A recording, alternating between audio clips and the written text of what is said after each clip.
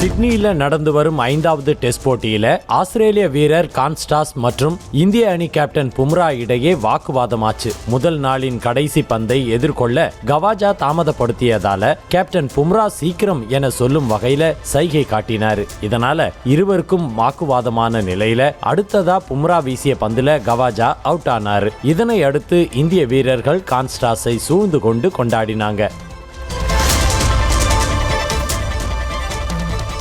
Sydney மைதானத்தில் இந்திய அணியின் வேகப்பந்து வீச்சாளர் ஜஸ்பிரித் பும்ராவை எதிர்கொள்வது கடினம்னு ஆஸ்திரேலிய அறிமுக வீரர் பியூ வெப்ஸ்டர் தெரிவிச்சிருக்காரு. இந்தியா ஆஸ்திரேலியா இடையிலான 5வது டெஸ்ட் போட்டி சிட்னி மைதானத்தில் நடந்து வருது. இந்நிலையில பும்ரா குறித்து பேசியுள்ள பியூ வெப்ஸ்டர், பும்ரா போன்ற உலகத்தரம் வாய்ந்த வேகப்பந்து வீச்சாளர்கள் தங்களுக்கு ரொம்பவே சவாலா இருப்பாருன்னு தெரிவிச்சிருக்காரு.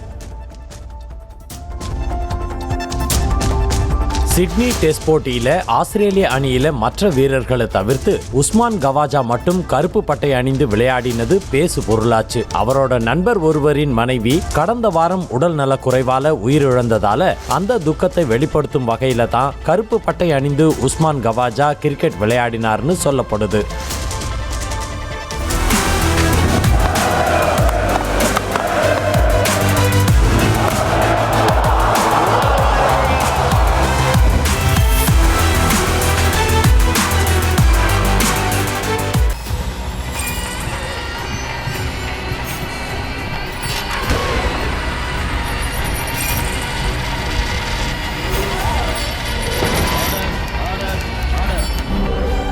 நிகழ்தகவு குற்றங்களின் மறுபரிமாணம்.